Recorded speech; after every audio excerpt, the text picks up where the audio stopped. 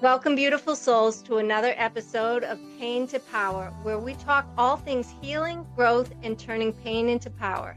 Today, I'm honored to be welcoming Andy Kelley to the show. Andy is also known as the Boston Buddha. He's a meditation teacher and mindfulness coach who has made his mission to demystify meditation and make it accessible to busy people from all walks of life. Through his workshops, corporate trainings, and personal coaching, Andy teaches practical tools that help reduce stress, increase focus, and bring more balance into everyday living. On a personal note, I first learned to meditate from Andy about 13 years ago. What struck me most was how accessible he made the practice feel. Not overwhelming or complicated, but something anyone could do, even in the middle of a busy life. That experience planted a seed for me, and I know today's conversation will offer the same kind of inspiration to you as well. So, welcome, Andy. I'm so grateful to have you here today.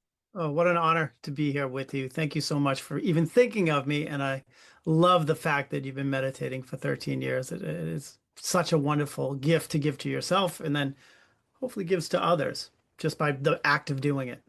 Well, I feel like it's a gift that you gave to me because it has brought me through some of the biggest stresses and traumas that I've experienced. And I think I mentioned to you when we spoke on the phone that even the day that my daughter passed on, I meditated. And it was something that brought me through the biggest heartache of my life.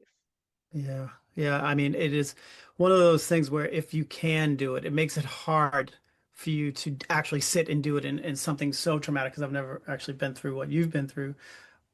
But the fact you're able to do it and just slow your thoughts down for a second or just observe what's going on in that part of your life is really powerful for the later ones. And, because it's always the balance between, because meditation, I always say, doesn't make you, joy and happy all the time, but it hopefully makes you a little bit more fulfilled in what you're doing, but helps you be able to handle a stressful situation a little bit more easily than you would have, without it.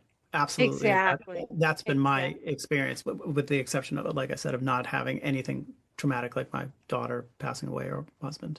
Right. Well, trust me, I cried through the whole meditation, but it was helpful. Like I needed it. But Thank I'm so happy to have you here today. And I was wondering if you can share your personal journey into meditation and what inspired you to become the Boston Buddha. All right, sure. Sure. I'll try to give the a shorter, as short as I can version of it. But basically, when I kind of graduated from college, I always say that I grew up in a very Irish, super Catholic family. I'm in somewhere in the middle of eight, I like to say. So it's really hard for me to figure out where I kind of fall in line. But my parents, I had great parents. They taught me to push, work hard, focus, you'll succeed. And so I did. I put myself through college. I graduated, started working in television. So I worked in broadcast television for the first 15 years out of college. And when you're in your 20s, that's what you do. You go to the job, you work in 6, 7 days a week, 10, 12 hours a day, but you're putting in the hours and you're climbing the corporate ladder. So it requires a lot of discipline, focus, and hard work. But it got to a point about 6 years in where I was like, I was told if I did all this stuff that I would be happier in my life. And I was coming home from work exhausted, could fall asleep, but couldn't stay asleep. I started to develop like a really bad sleeping disorder where I'd need something to help me go to sleep. And then in the morning, I need something to help me wake up. And it became this thing where if I worked so hard and I was promised that with that effort that I would be successful and happy, why wasn't I? And so my wife, oh, I also call my spiritual guru, she was the one that kind of led me down this path in a way.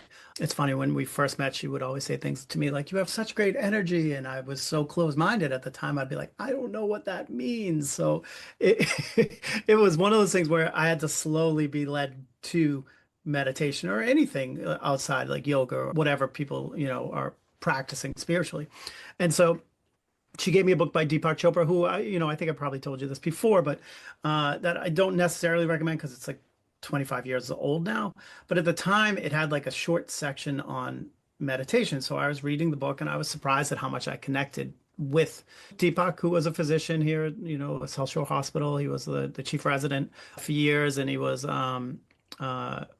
Maharishi Yogi's physician, one of the founders of Transcendental Meditation. So I was like, okay, well, here's a guy that is proving to me how meditation works. And that's something that if you're going to get an Irish Catholic guy like me to do, you're going to have to prove to me that it works with some sort of science. And he was able to do that.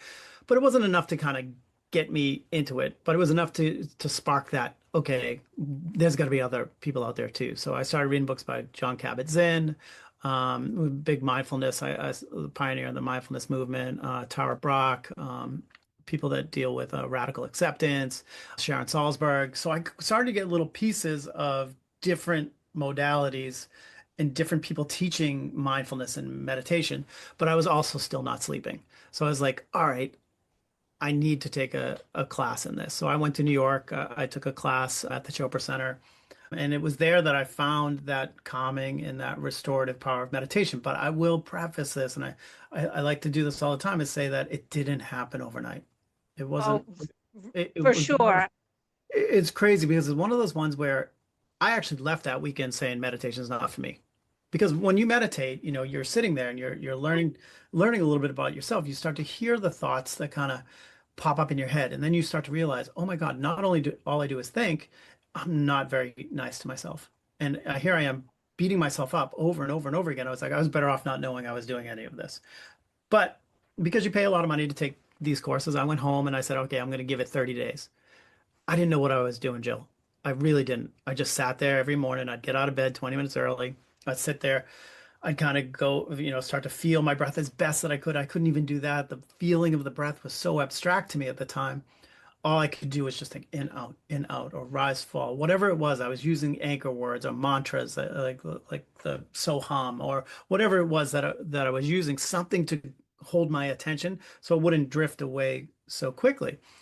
And about a week in, my wife actually, not even, this is the benefit of someone that meditates too, is that when you start meditating and you do it regularly, it's the other people that are going to notice the shifts in your life probably quicker than you will. My wife started to notice that I was sleeping through the night, something that I hadn't been able to do. So I was like, oh man, if I can sleep just by doing this same thing over and over, all I have to do is do this. If I can sleep 6 hours a night, then anyone could throw any stress at me during the day and I can handle it a lot better, right? Without Right. having to use medication or without having to, without basically being sleep deprived. So I kept with it probably about 30 days in. I started to notice, oh, there is a dramatic shift in me. Most of the time, you work with different people and you work in an office and people come in, and you kind of know what they want and you're judging and you start to notice that in your own self-awareness that I can be very judgmental and wow, what if instead of saying, what does this person want? Why don't I try to see if I can just help them and how does that feel? And so I started to shift my perception of a me to a we, whereas it became much easier to deal with people that usually would kind of irritate me in certain ways. And I was becoming more mentally flexible. So it goes back to like looking at like something can be so powerful, but it's also so simple if you I just agree. if you just do it every day. And Yeah. so I did that for 4 or 5 years. I like to think I became a better director, a more patient producer.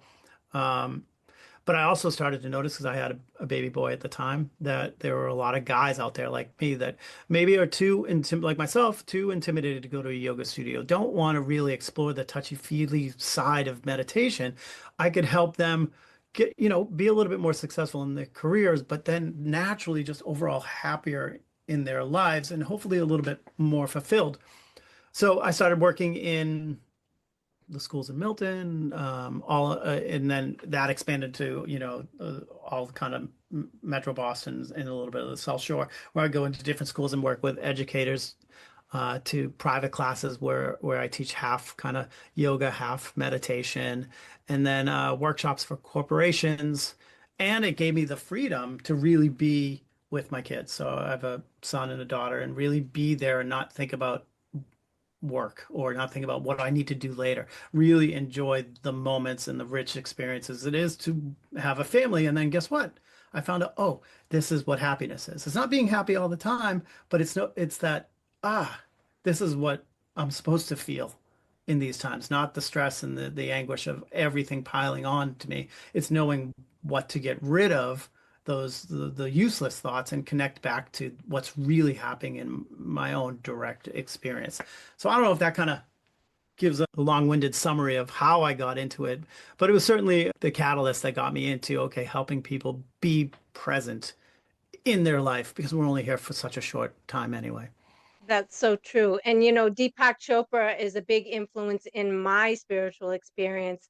I found that a lot of his books were very hard to digest, like Mhm. to understand. He put things a little high level for me, and I had to read some of them over and over again. But I love, like you talk about the simplicity of the so hum and the in, out, in, out. That's what got me when I went to your class, and I think I mentioned to you, I had tried to meditate for years before I came to your class. And I just, like you, I said, oh, it's not for me. It's not for me. It's not for me. And then Tracy D'Arpino of the Fit Factor had said, hey, come, we're having the Boston Buddha. I said, oh, okay. I wanted to get to know her a little bit better. And I said, oh, this is a good opportunity. And for the first time, I felt like I truly meditated. I sat in that class with a room full of people, Right. and that so hum mantra got me out of the thinking mind and just had me focusing on nothing but these words, so hum, so hum. And it was transformational. And like you said, it didn't happen overnight. I say I've been meditating for 13 years, but after your class, I saw the possibilities. Sure. I started doing it more often, and then it became, I was going through some tumultuous stuff with my relationship, my children. I'm 10 years sober. So I was still drinking at the time, but even though I was drinking, I think it was helping me to get to the point where I no longer wanted to do that. So awesome. um, so it was a big catalyst for change in my experience, and I'm so grateful that you're teaching in the spaces that you are. Can you tell me what kind of feedback that you've had from some of these organizations that you've gone into, like the corporate settings or the school settings, and what they've said about what you've taught there? Sure, absolutely. Yeah, I feel like first of all, congratulations on your sobriety journey. I think that's fantastic. And I think meditation does, in a weird way, help you see things a little bit more clearly. Because a lot of the feedback that I get, at least in the corporate, is somebody, and I'm a if you need medicine, take it type of person. Sure. Um, but sometimes people want to get off some things. And what I've found is when, in a handful of times I can say where somebody is ready to stop doing something that is not helpful to them, I've found that meditation can be helpful. So I'll see that more in a one-on-one setting with someone where, um, all sorts of things, but that comes to mind. The being able to donate blood without passing out comes to mind. I'll get like every now and again, I love getting emails from somebody, just basically saying I'm still meditating. That makes my day, believe it or not. Like if I teach a room full of 50 people and a month later I get an email from two, that's fantastic to me. And usually at that point they need a little extra help on something that's going on. So the feedback that I get in corporations is mostly, okay, I'm still doing it. Maybe I don't feel any change. Okay, we'll keep at it, or maybe I change it, or I'm falling asleep. All right, well, maybe we'll change the time of day, or maybe don't run, 6 miles and then try to meditate because your body naturally will want to fall asleep. Or don't eat a big meal. Your body will naturally want to fall asleep. So I'll get that. A lot of the times in the education space, I think the best thing I get is when you do those faculty workshops and you go in and you work with some of those educators and they come back and say to me, you know, it's not so much that I felt calmer, it's just so and so, we'll say Jimmy, wasn't able to push the buttons that he usually pushes with me. I was more relaxed, less reactive. Subtle. It's a It- very subtle change. And but over time, those subtle changes grow and grow and grow. And our baseline increases, right? So because we're all going to fall off, right? So because life happens Sure. around you. So when you have a baseline that starts here and you're always irritated and you're always flipping out over things, and this is your baseline, but then you start meditating and you become a little bit calmer and your baseline comes now up to here Right. and you fall off, you're only going to fall to here. You're not going to fall down to there. It's a great analogy. It's such a great analogy. And it also wakes you up to the fact that what are you practicing? Am I Right. practicing losing my temper and being overreactive? Or can I practice that awareness? And so, yeah, you're right. It definitely doesn't go down back to the what the original set point is. You're elevating it, and that's what makes it so powerful over time. Because the more you do it, the more it's like doing, I always say it's like doing mental push-ups or any type of repetition, like curls. Like you can do it once, great. You're not going to see any difference. But if you do it for a month or so, you'll see some definition because you're putting in the work. It's the same with meditation. Um, Right. I think, and honestly, in at least in America, I can say that I think we need to look at meditation the same way we look at physical exercise. I mean, we all know that we need to move and we need to move our body and we need to elongate our muscles and get oxygen into the body. We need to do the same for our cognitive capacity as well. I totally agree. How do you bridge the gap between ancient practices and modern busy lifestyles? Examples usually, I think you got to pay your respect to, the Eastern. You got to look at meditation in a couple ways. One is it's 2,600 years old at least, right? And it dates back to the Buddha and the many other teachers that came before him. But over time has been transmitted person to person usually. It was never really written down. It was just you were taught by your teacher and had an apprentice and it worked its way up and kind of marinated over those years until to now what we know as meditation, which doesn't have to be that seven-seated posture where your spine is erect. And I know, yeah, if my spine is erect, then I'm going to get a better oxygen flow to the brain. But I'm also 50 years old. I'm not going to be able to sit in that spot, in that space. I don't have the stomach muscles anymore. So if I were to tell you you have to sit in that spot and honor that tradition, then I've lost a meditator or I've lost me. And I always kind of aim at me. I aim at Yeah. how immature and just not spiritually awake I was 20 years ago. And I try not to use words like, the wellness guy, because I go back 20 years and I say, okay, we're bringing in the wellness guy to teach a workshop. I'm rolling my eyes going, I don't have time for that today. I need to get work done. So I kind of put myself in their position. And then I'm Irish. I make jokes about pretty much everything. And I try to make it just easy, acceptable. And I point out the many roadblocks that I hit along the way in my own journey to be able to say, okay, well, that has happened to me. And then, like you said, the reality of falling off. Like the other day, I was teaching someone, and she's like, um, "Well, how am I going to be able to do it? I have a 2 year old, and I just had an infant, and she's 6 months old. Well, when am I going to find the time?" And I just looked at her and I said, "You're not. You're screwed. You can't do it, right? Like you have to be able to like at least start with like, okay, now let's break it down. You accept the fact that you have a lot going on. Now, how can we get this into your busy lifestyle? Is it okay to put them in, the 2 year old in front of a device so you can sit for 10, 20 minutes? So you can be then more available, more present for that kid. Because sometimes there is the guilt of it. It's like, okay, what if I put my daughter in front of, her iPad? About the micro moments that you can meditate. And it sounds silly, but you go to the bathroom every day, right? And I will sit in the bathroom and I'll just breathe while I have to be there anyways. Just breathe.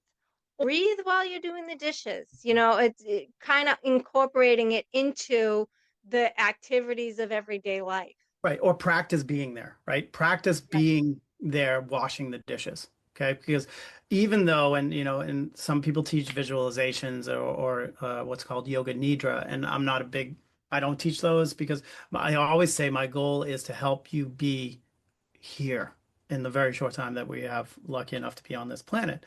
to be here and not wish I was someplace else. So if I'm washing the dishes and I'm wishing I was in Aruba and in the sand and it's great, right? My mind is still traveling though, and I'm not there. I'm not dealing with washing the dishes. What would happen if you really just felt the water, washed the dishes, were present with it, took some, obviously I started to take more pride in how I washed the dishes. And right, and that kind of little things, those micro moments you're talking about, start to extend into every aspect of your day. And that's mindfulness. It doesn't have to be, oh, I have to sit for 20 minutes, twice a day or an hour or whatever people think it is. It doesn't have to be that.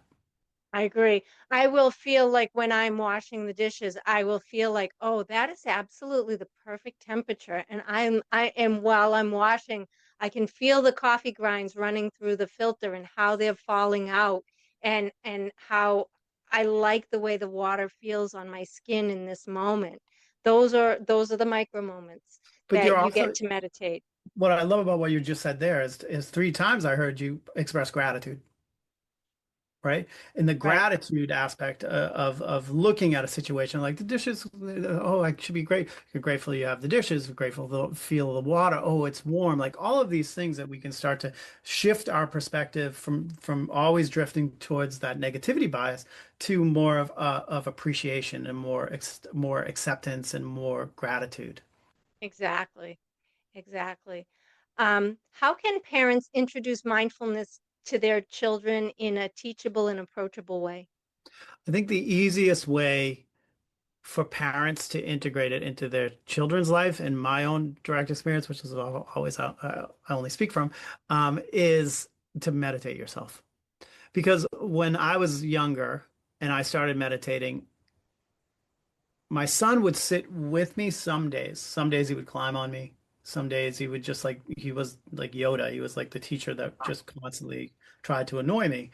Um, and I think having that approach to it helped cultivate his awareness into wanting to sit. And sometimes it then becomes a struggle. And then knowing when and how long to do it for, right? The duration is so important for a kid because a kid, I always say that the kid's attention span is probably not longer than their age.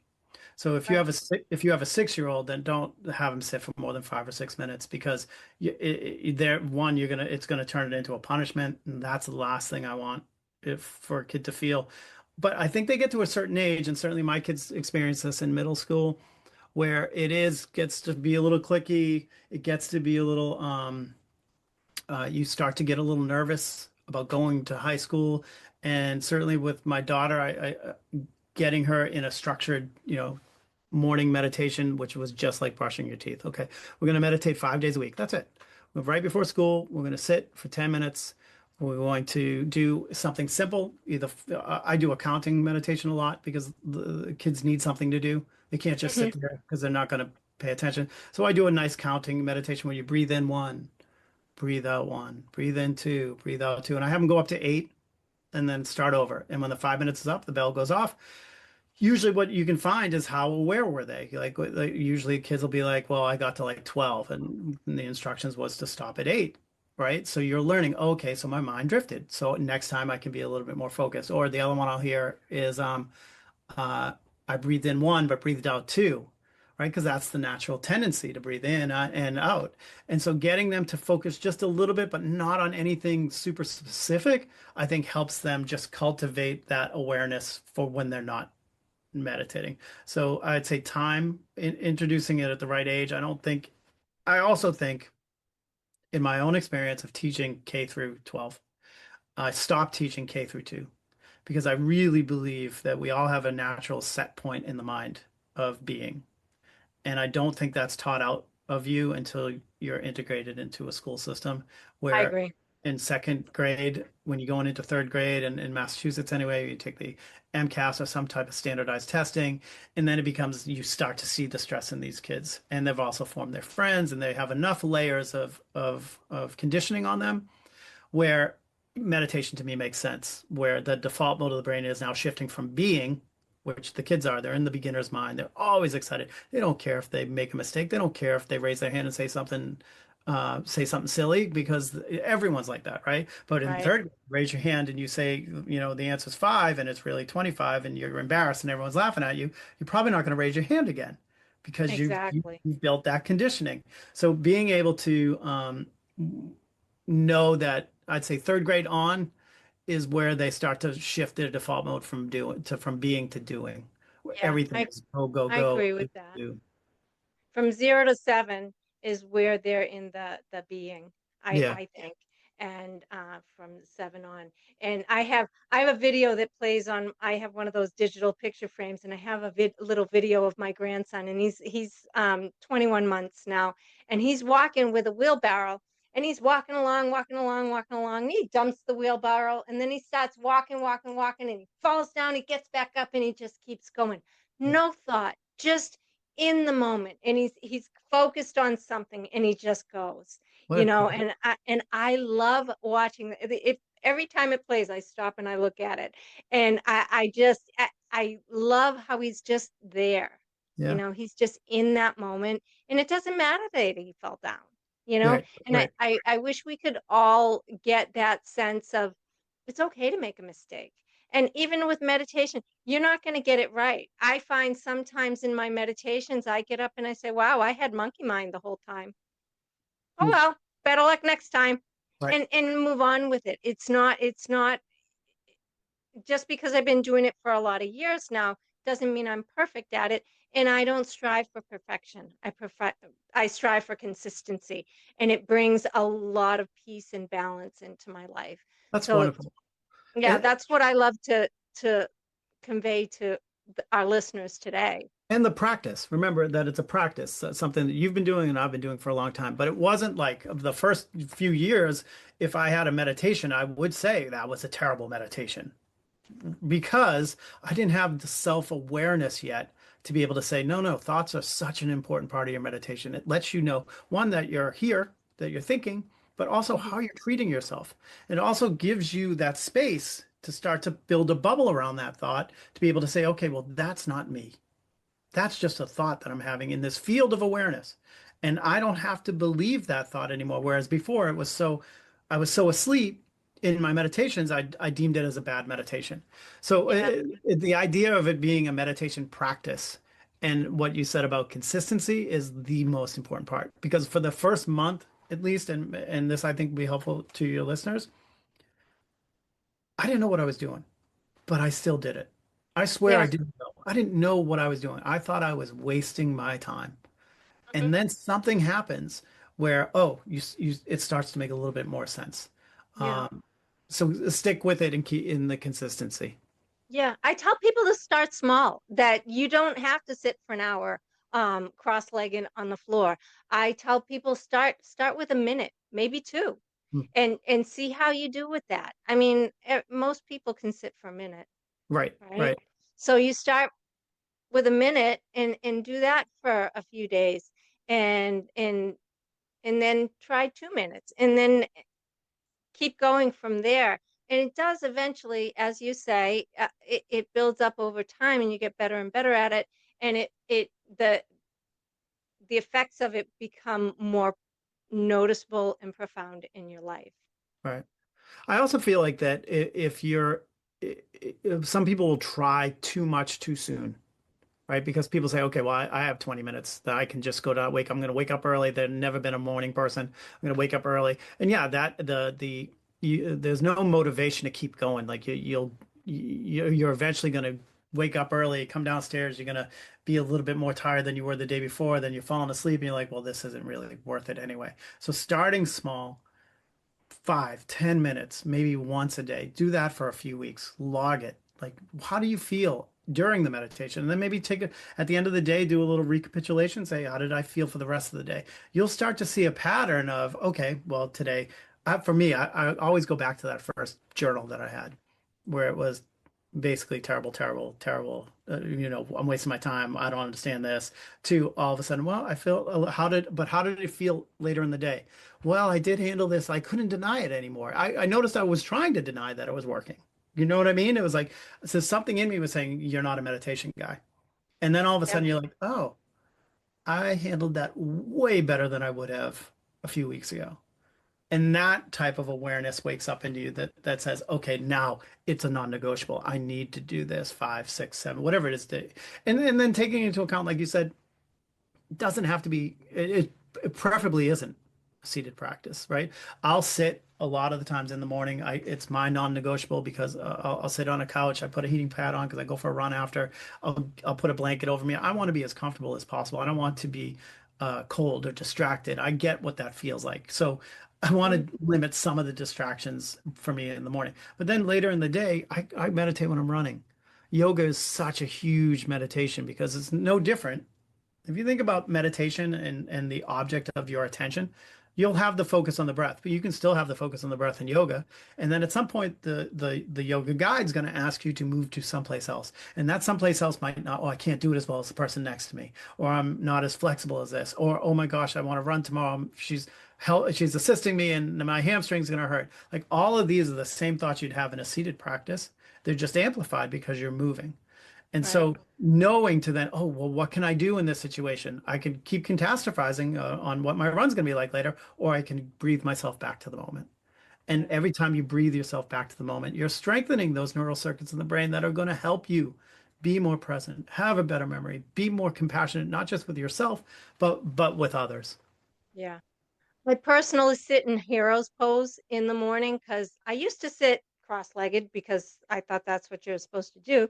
Right. And I found that I had hip pains. I found a hero's pose bench. So it's a little seated bench that I sit on in the morning. And I find that that works very well for me. But it's just a matter of breathing into it, getting there, the practice, and it's been a game changer for me. And I'm hoping that our listeners today will feel the passion and see the hope in the future for this. Andy, where can people learn more about you? I would say that probably the best way is I have every handle that I have on social media is at the Boston Buddha. But my website, thebostonbuddha.com, usually will have where my classes are, or if people want to work with me one-on-one, usually they reach out to me through there, or Andy at thebostonbuddha.com is my email.